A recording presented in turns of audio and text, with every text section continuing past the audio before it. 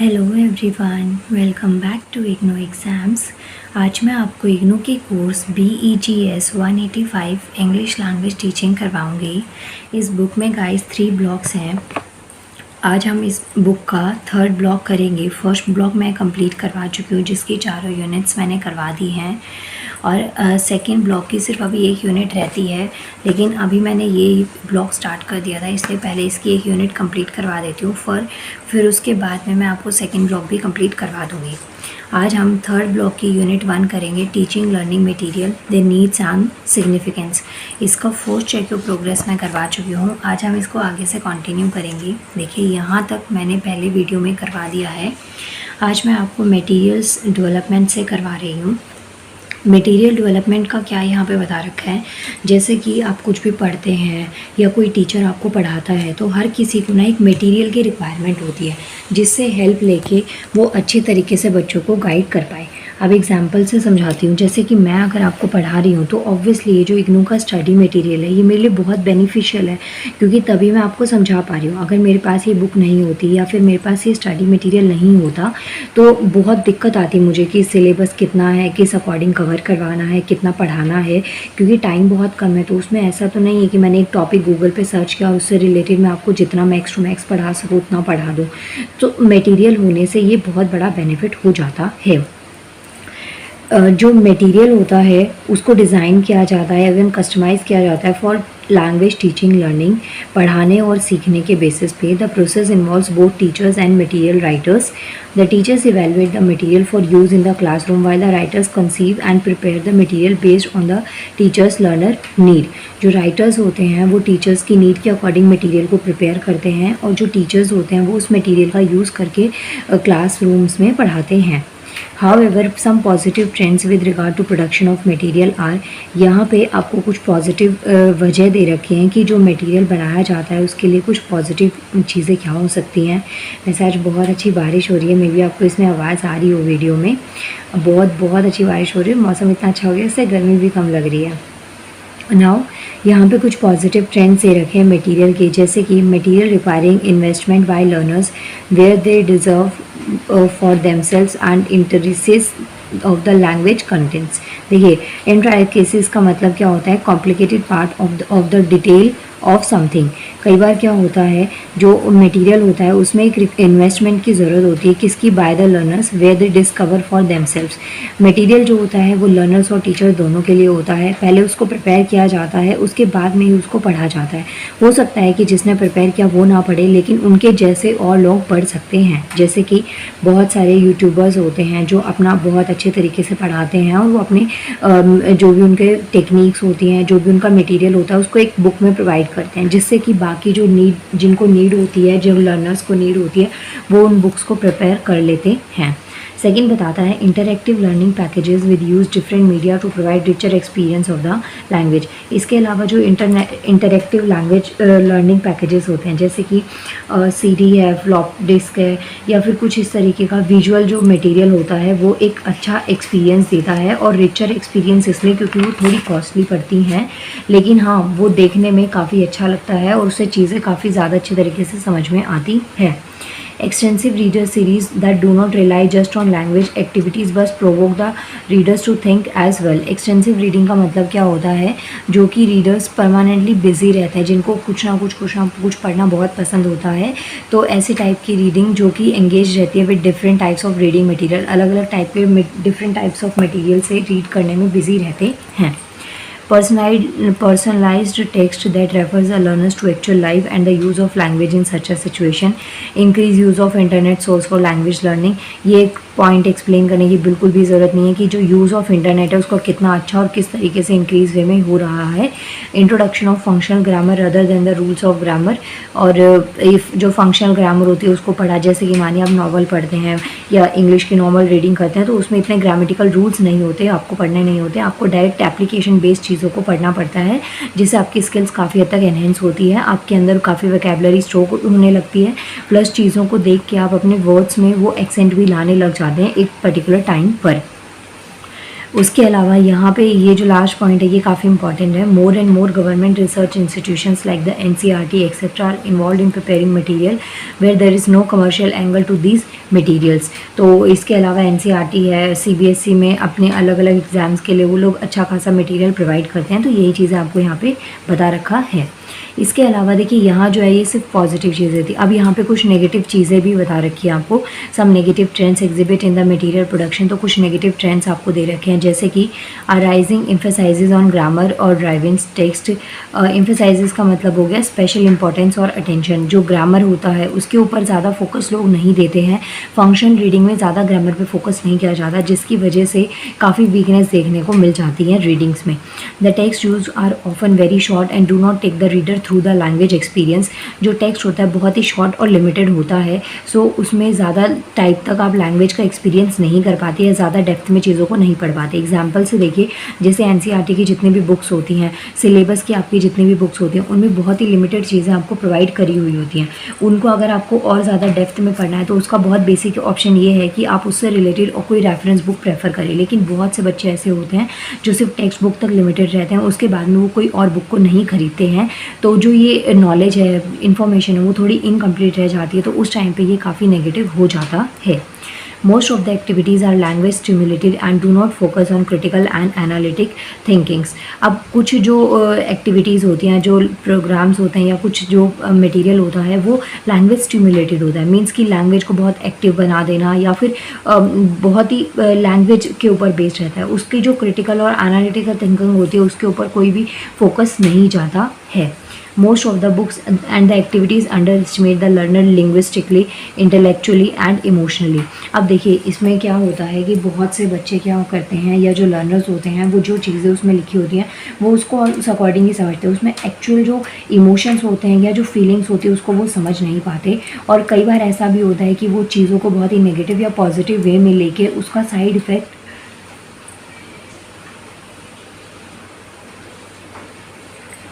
जिसका side effect उनको अपनी लैंग्वेज में या फिर चीज़ों में दिखने को मिल जाता है।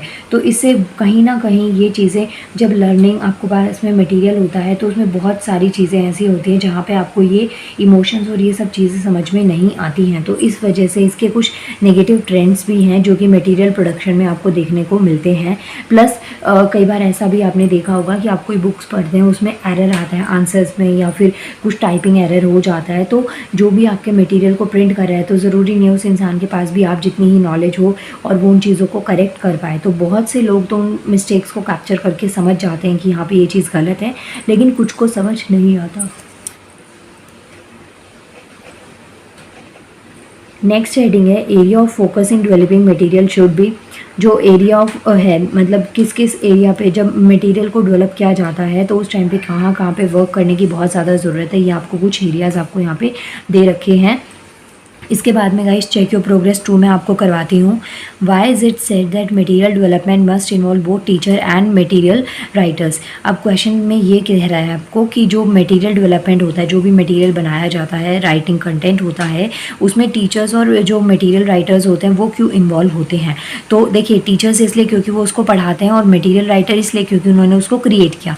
The teacher is able to evaluate the needs of the learners and convey it to the material writer. अब यहाँ पे आपसे क्वेश्चन पूछा गया है कि ये दोनों आपस में कैसे रिलेट करते हैं। तो जो टीचर्स होते हैं वो लर्नर्स की नीड को इवैल्यूएट कर पाते हैं और उसके बाद में राइटर को वो चीज़ देते हैं और जिससे राइटर उनको बुक में पब्लिश करता है और फिर बाद में उसको पढ़ने के लिए मार्केट में पब्लिश करवा दिया जाता है या एडवर्टाइज करवाया जाता है उस बुक का।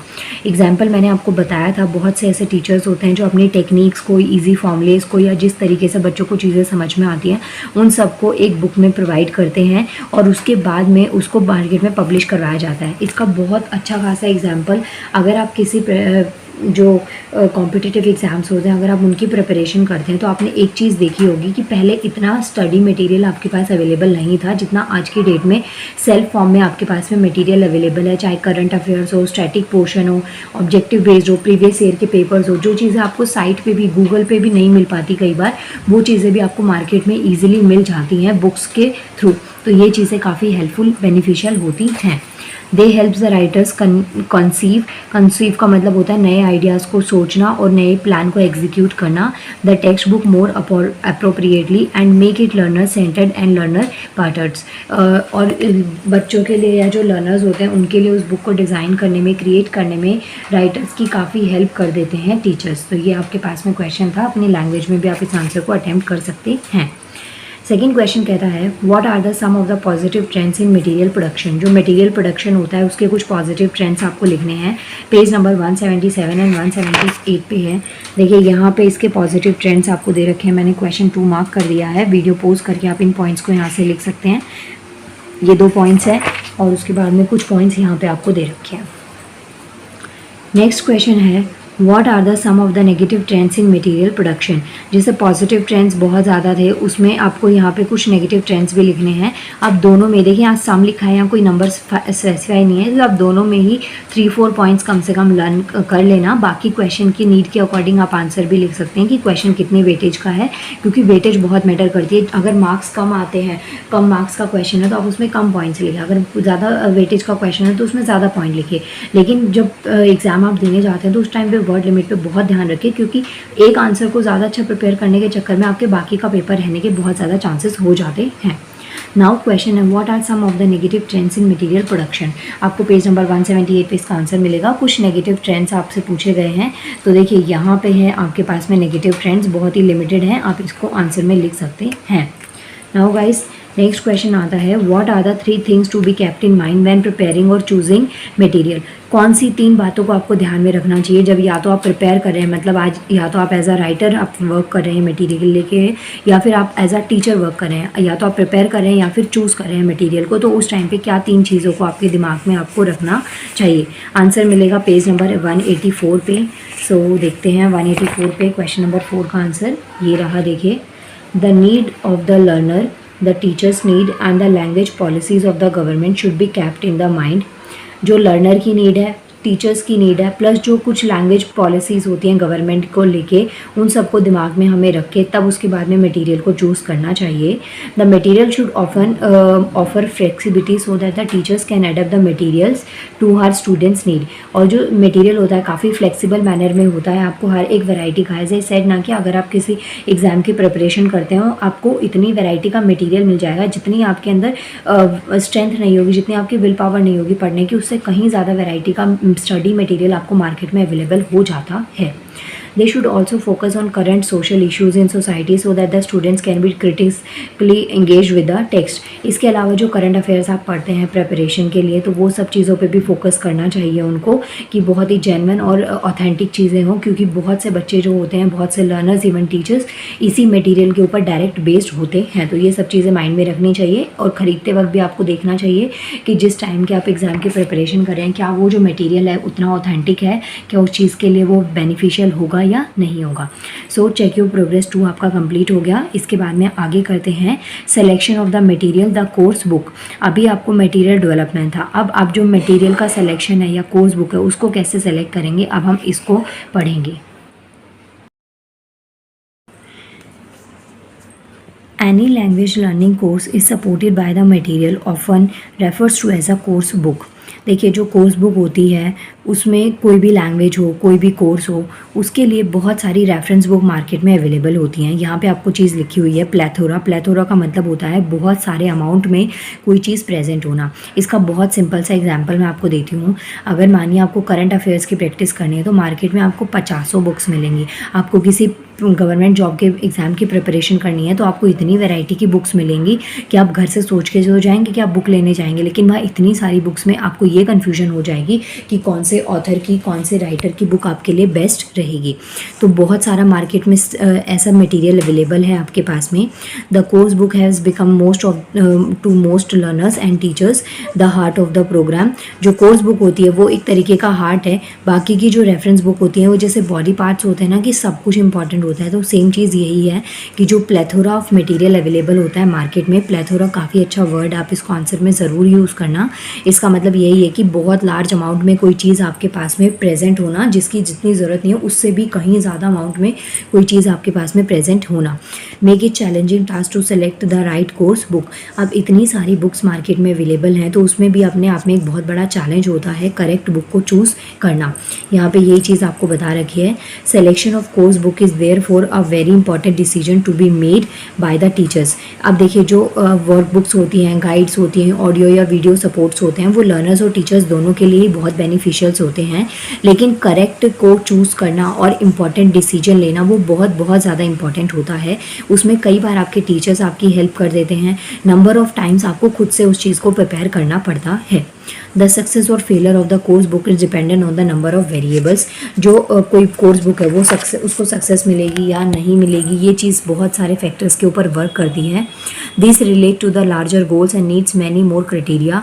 It is important to keep in mind the theoretical and pedagogical assumptions underline the creation of this course book. जो कोर्स बुक्स होती हैं उनका डिज़ाइन इस तरीके से होना चाहिए कि उसमें एक थियोरेटिकल प्रैक्टिस भी हो प्लस पेडागोजिकल अजप्शंस भी हो। पेडागोजी का मतलब होता है जो टीचिंग से रिलेटेड होता है। अब देखिए कई बार ऐसा होता है कि बहुत सारे ऐसे लर्नर्स होते हैं, स्टूडेंट्स होते हैं जो टीचर्स को अफोर्ड नहीं कर पाते, तो उन्हें खुद से सेल्फ पढ़ना पड़ता है। तो जो भी बुक्स बनाई जाती है, कोर्स बुक होती हैं, उनको स्पेशली ऐसे डिज़ाइन किया जाता है, इवन किया जाना भी चाहिए कि बच्चा अगर खुद से फोकस करके पढ़ता है तो उसको वो चीज़ें समझ में आए। तो थ्योरेटिकल भी होनी चाहिए प्लस पेडागोजिकल एग्जेप्शंस भी होने चाहिए कि अगर आप किसी को उसमें से कोई चीज़ समझाते हैं तो वो चीज़ें उनको समझ में आएँ। वाइल यही चीज़ें आपको यहाँ पे समझा रखी है। प्लस जो बुक्स या मटेरियल होता है वो बहुत ही फ्लेक्सिबल होना चाहिए, उसमें एडेप्टेबिलिटी होनी चाहिए प्लस रेलेवेंस होना चाहिए। जैसे जैसे चेंजिंग नीड्स या गोल्स होते हैं या जो इंटरेस्ट होता है बच्चों का, उसके अकॉर्डिंग उसमें फ्लेक्सिबिलिटी आनी चाहिए। ऐसा नहीं होना चाहिए कि बुक्स बहुत पहले के टाइम के अकॉर्डिंग ही रह जाएं और आगे आगे टाइम बदलता जाए तो जिस अकॉर्डिंग बच्चों को दिक्कतें फेस करने को मिले। तो ये चीज़ पर फोकस होना चाहिए। इसके अलावा जो कोर्स बुक होती है ना, उस पर काफ़ी सारी कंट्रोवर्सी होती है। कंट्रोवर्सी का मतलब होता है क्रिटिसिज्म, जिसकी आलोचना करी जाती है। तो कोर्स बुक की काफ़ी सारी कंट्रोवर्सीज होती हैं।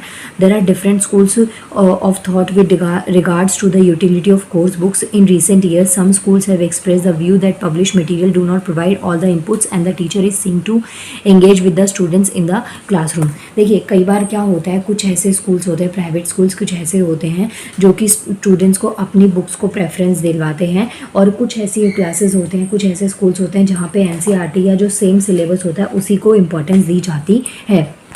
लेकिन जो हायर क्लासेस होते हैं उनमें मोस्टली आपको एनसीईआरटी देखने को ही मिलेगी। अगर बच्चा सीबीएसई से करता है तो मोस्टली आपको एनसीईआरटी ही देखने को मिलती हैं।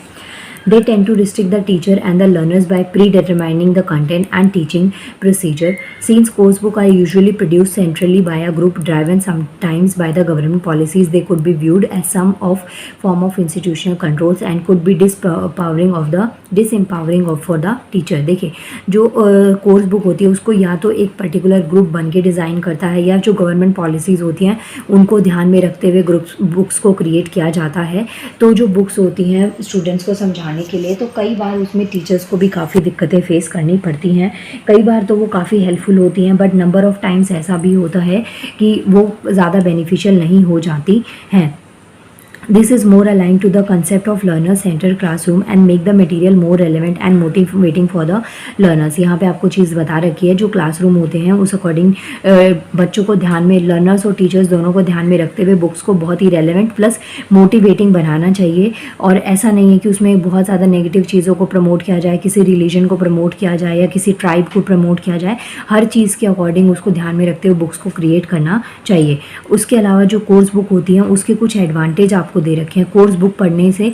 और जो गाइड बुक होती हैं, गाइड बुक में क्या होता है, जो रेफरेंस बुक होती है उसमें इतनी वैरायटी में आपको मटेरियल मिलता है, लेकिन कोर्स बुक में बहुत ही लिमिटेड चीज़ें आपको मिलती हैं और सबके लिए वो सेम ही रहती हैं। देखिए कोर्स बुक के कुछ एडवांटेज आपको दे रखे हैं। They are very practical in a non English speaking environment where teachers may not be adequately trained. अब जो बुक्स होती हैं, कोर्स बुक होती हैं, स्पेशली अगर हम एनसीईआरटी पे फोकस करें तो देखिए इतना बड़ा नाम है एनसीईआरटी का। अब चाहे गवर्नमेंट स्कूल्स हो चाहे प्राइवेट स्कूल्स हो, दोनों ही में ही एनसीईआरटी को पढ़ाया जाता है। जो प्राइवेट स्कूल्स होते हैं वहाँ के टीचर्स की इंग्लिश में कुछ ज़्यादा फ्लुएंसी आपको देखने को मिलेगी as compare to government schools. तो दोनों ही स्कूल्स के टीचर उन बुक से काफ़ी फेमिलियर हो जाते हैं और एक अच्छा इन्वायरमेंट उन बुक्स से थ्रू क्रिएट हो जाता है। तो कोर्स बुक का ये सबसे बड़ा एडवांटेज है कि वो स्कूल या किसी ग्रुप या सोसाइटी को देख के नहीं क्रिएट करी जाती, वो टीचर्स और लर्नर के बेसिस पे क्रिएट करी जाती हैं। Provide a route map for the teachers and learners to remain in touch with what has been taught and what will be taught। इसके अलावा एक रूट मैप मिलता है, जो कोर्स बुक होती है उससे एक रूट मैप मिल जाता है कि टीचर्स को इतना पढ़ा दिया या इतना पढ़ाना है, लर्नर्स को भी होता है कि इतना हमने पढ़ लिया, इतना हमको सीखना है। देखिए जैसे ये इग्नू की आपका जो स्टडी मटेरियल है, इससे आपको कितना बड़ा बेनिफिट है। आपके पास में एक बुक है, आपको पता है इस बुक में इतने यूनिट्स हैं, इतने आपको करने हैं, और इतने में से जितने भी सपोज 10 यूनिट्स हैं तो उन 10 यूनिट्स में आपको इतने यूनिट्स आप कर चुके हैं और जो बाकी के बच गए वो आपको कवर करने। तो इससे एक आपको रूट मैप मिल जाता है। अगर आपको इस तरीके से बुक्स नहीं मिलती, जैसे कि जो गवर्नमेंट जॉब के एग्जाम्स होते हैं उनमें एक सिलेबस दे दिया जाता है, मानिए रीजनिंग में एक टॉपिक दे दिया, अब उसमें अपार सिलेबस है, उसमें आपके पास लिमिट नहीं होती कि कितना रीजनिंग में, कितना करंट अफेयर्स में, इतना भर के सब कुछ हो जाता है, तो बच्चों के ऊपर एक तरीके का प्रेशर क्रिएट हो जाता है। बट जब ऐसे आपके पास में कोर्स बुक होती है, चाहे वो इग्नू है, एनसीईआरटी है, कॉलेज की कोई बुक आपको दे दी जाए कि आपको इतना ही लिमिटेड पढ़ना है, तो उसमें एक आपको रूट मैप मिल जाता है। इसके अलावा एक स्ट्रक्चर और प्रेडिक्टेबिलिटी मिल जाती है। स्ट्रक्चर और प्रेडिक्टेबिलिटी का मतलब ये है कि सिलेबस मिल गया, टॉपिक्स मिल गए, यूनिट्स मिल गई कि इतनी आपको कंप्लीट करनी है। इसके अलावा free the teachers to attend more important task like lesson planning, using their creative skills to create more task. Even teachers के पास में और लर्नर के पास में इन बुक्स को कंप्लीट करने के बाद में काफ़ी टाइम बच जाता है कि वो और एक्टिविटीज़ पे भी वर्क कर सकते हैं। तो ये कुछ एडवांटेज है, मैंने आपको कुछ समझा दिए, बाकी आप एक बार देख लीजिएगा। नाउ गाइस, आपका ये यूनिट कंप्लीट हो गया है। अब इसमें हम चेक योर प्रोग्रेस 3 करते हैं, जो कि इस यूनिट 1 का लास्ट चेक योर प्रोग्रेस है। क्वेश्चन है first, what does the term course book imply. जो कोर्स बुक होती है इसका क्या मतलब होता है? तो course book refers to the book prescribe for a particular course of the study. तो कोई भी जो कोर्स है, जो स्टडी करने के लिए किसी भी पर्टिकुलर कोर्स ने जो बुक को प्रिस्क्राइब किया होता है, उसे हम कोर्स बुक कहते हैं। हर सब्जेक्ट की अलग अलग होती है, साइंस में भी अलग, और केमिस्ट्री है, साइंस में सब डिविजन्स होते हैं, फिजिक्स, केमिस्ट्री, बायो, तो ये हायर क्लासेस में जाके इसकी भी बुक अलग हो जाती है। सोशल साइंस की अलग, मैथ्स की अलग, तो हर एक कोर्स के अकॉर्डिंग आपको एक बुक प्रेफर करी जाती है। नेक्स्ट क्वेश्चन है, how are course book differents today. जो कोर्स बुक है ना, आज की डेट में वो कैसे डिफरेंट हो गई हैं। In the past course book were merely reading text with comprehension questions, grammar and vocabulary practice. Today it is offered as a package for a language teaching and learning include words books, teachers guide, audio and video support। देखिए पहले जो course book थी उसमें mostly क्या चीज़ें होती थी, comprehension हो गया, क्वेश्चंस हो गए, ग्रामर और वोकेबलरी प्रैक्टिस हो गई, बहुत लिमिट में होता था। आज की डेट में टीचर्स को देखते हुए लर्नर्स भी जैसे एडवांस हो रहे हैं, तो उस अकॉर्डिंग आपको ऑडियो वीडियो सपोर्ट मिल जाता है, बुक्स में वर्कशीट्स मिल जाती हैं, प्लस टीचिंग और लर्निंग के लिए काफ़ी नई नई चीज़ें आपको देखने को मिल जाती हैं। इसके बाद में थर्ड क्वेश्चन आता है, what are the points to be keep in mind in the selection of course book. Course book select करते वक्त कौन कौन से पॉइंट्स को दिमाग में आपको रखना पड़ता है। पेज नंबर 179 और 180 पे आपको इसका आंसर मिलेगा। तो जब सिलेक्शन करते हैं कोर्स बुक का, तो ये पॉइंट्स आपको दे रखे हैं। इसके अलावा यहाँ पे इन चीज़ों को आपको दे रखा है, ये सब चीज़ें आपको ध्यान में रखनी पड़ती है कोर्स बुक का सिलेक्शन करते टाइम। नेक्स्ट आता है, what is controversy regarding course book. जो कोर्स बुक है उनके रिगार्डिंग क्या कंट्रोवर्सी है, तो पेज नंबर 180 पे आंसर मिलेगा। ये पैराग्राफ आपको दे रखा है, वीडियो पॉज करना है, इसको एक बार फिर से आप रीड कर सकते हैं। नाउ लास्ट क्वेश्चन में आता है, what are the advantages of the course book. जो कोर्स बुक होते हैं उनके क्या क्या एडवांटेजेस होते हैं। देखिए यहाँ पे मैंने जो मार्क करे हैं काफ़ी सारे पॉइंट्स हैं, आप इसमें से 4 या 5 पॉइंट्स को लर्न कर सकते हैं। कोर्स बुक के क्या क्या एडवांटेजेस देखने को मिलते हैं। यूनिट 3 वैसे मैंने इसमें मार्क करवा दी है, बाकी हर एक यूनिट में यूनिट कंप्लीट होने के बाद में चेक योर प्रोग्रेस की हिंट सॉल्यूशंस आपको दे रखे होते हैं। आप अगर आपके पास में बुक होती है तो आप वहाँ से भी थोड़ा सा हिंट ले सकते हैं, आपको क्वेश्चंस को अटेम्प्ट करने का थोड़ा आइडिया मिल जाएगा। नाउ माय डियर व्यूअर्स, आपकी ये यूनिट 1 कंप्लीट हो गई है। इसके बाद में पहले मैं आपको सेकेंड ब्लॉक की यूनिट 4 कंप्लीट करवा देती हूँ ताकि वो ब्लॉक कंप्लीट हो जाए, और बाकी की इसकी जो 3 यूनिट्स है उसको हम आगे कंटिन्यू करेंगे। Thank you so much.